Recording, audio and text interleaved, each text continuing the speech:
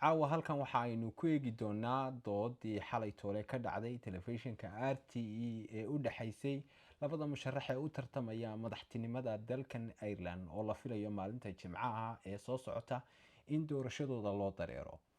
haddaba doodaasi oo ahayd doodii ugu dambeysay ee ay labadaasi musharax isku arkayeen isla markaasina ay dood adag ayaa waxa aan ka soo qaadanaynaa qodobadii ugu muhiimsanaa ee halkaasi labada musharax ay kaga doodeen ama dhex maray.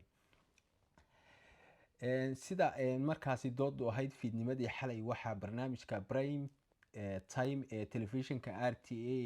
lagu qabtay dood kulul oo u dhaxaysa labada musharax ee ugu waaweyn ee tartanka markaasi madaxtinimada Ireland uu ka dhaxeeyo ee loo kala yaqaano Catherine Colony oo ah musharaxad madax bannaan iyo Heather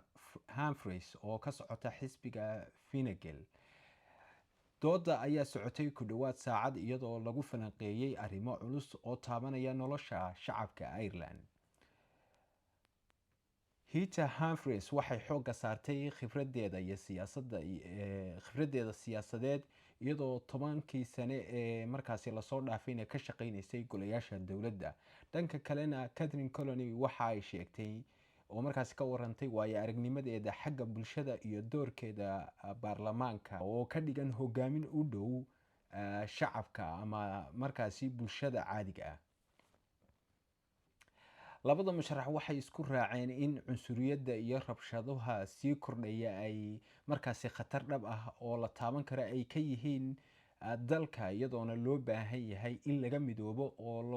laga wada shaqeeyo sidii meesha looga saari lahaa. arrimaha magangeliyada ayaa sidoo kale muran dhaliyay iyadoona Colony ay difaacday xuquuqda magangeliyo doonka dalkan imanaya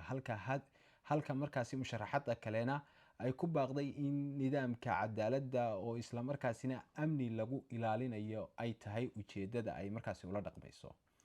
waxa kale oo dooda lagu soo qaaday saameynta warbaahinta bulshada iyo macluumaadka been abuurka iyadoo labaduba sheegeen in la xakameynayo xogta khaldan ee baraha bulshada markaasi lagu faafinayo. markii ay doodu sii kululaatay Catherine Colony ayaa si adag uga jawaabtay eedeymo la xidhiidha in ay markaasi ka faa'iido ka helayso ama ka sameynayso dhibaatooyinka dadka iyadoo tiri anigu waxaan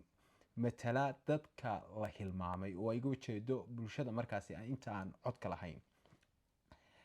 Heather Humphreys ayaa dhankeeda isku dayday in ay muujiso hogaamin degan iyo khibradeeda dowladeed oo la isku halayn karo. falanqeeyaasha siyaasadda ayaa sheegay in doodu ay